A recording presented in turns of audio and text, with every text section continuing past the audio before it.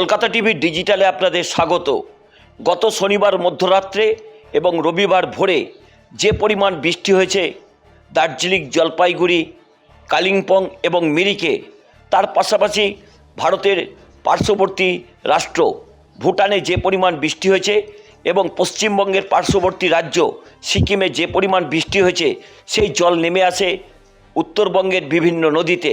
তাতে বিরাট পরিমাণ ভূমিধসের সৃষ্টি হয়। এখনও পর্যন্ত যেটুকু সরকারি সূত্র থেকে জানা যাচ্ছে 26-27 জনের মৃত্যু হয়েছে এবং মূলত ভূমিধসের কারণেই মৃত্যু হয়েছে। রাজ্যের মুখ্যমন্ত্রী মমতা বন্দ্যোপাধ্যায় ইতিমধ্যেই উত্তরবঙ্গে পৌঁছে গেছেন, সকলের পাশে থাকার বার্তা দিয়েছেন।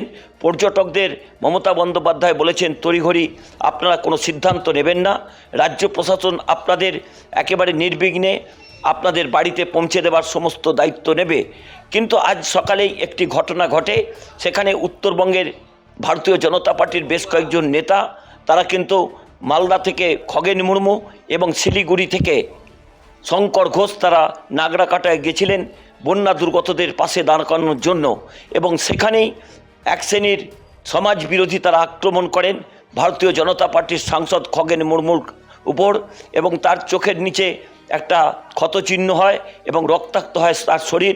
রাজ্যের মুখ্যমন্ত্রী মমতা বন্দ্যোপাধ্যায় তিনি সাংবাদিক সম্মেলন করে বলেছেন, এইসব অপ্রিয় ঘটনা না ঘটলেই ভালো হতো এবং ধৈর্যের সীমা যাতে কেউ লঙ্ঘন না করে, সেই বার্তাও রাজ্যের মুখ্যমন্ত্রী মমতা বন্দ্যোপাধ্যায় দিয়েছেন। গত দুদিন ধরে তৃণমূল কংগ্রেসের প্রথম সারির উত্তরবঙ্গের নেতারা বন্যা দুর্গত এবং ধস অধ্যুষিত এলাকা পরিদর্শন করেছেন। সেখানে তাদের পাশে দাঁড়ানোর বার্তা দিয়েছেন।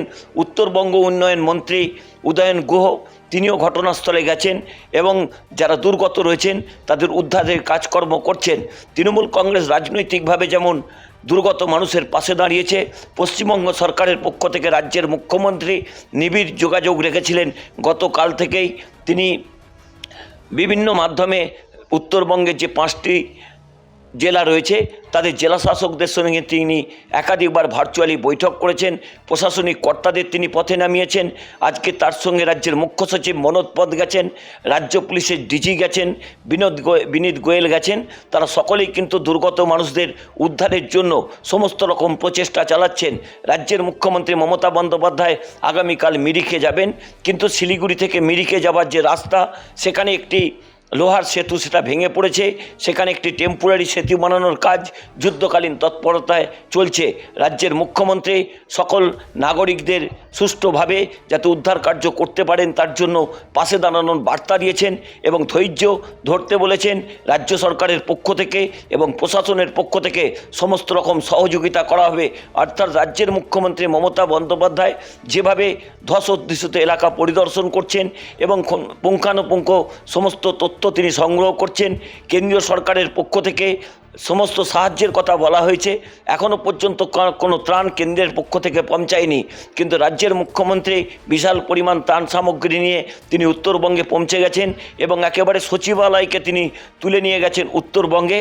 এবং উত্তরবঙ্গে আগামী 2-1 দিন রাজ্যের মুখ্যমন্ত্রী মমতা বন্দ্যোপাধ্যায় থাকবেন। তার কাছে এই মুহূর্তে সবচেয়ে প্রথম কাজ হচ্ছে দুর্গত মানুষদের উদ্ধার করে এবং যেসব পর্যটকরা রয়েছেন তাদের প্রত্যেককে তাদের বাড়িতে পৌঁছে দেওয়া।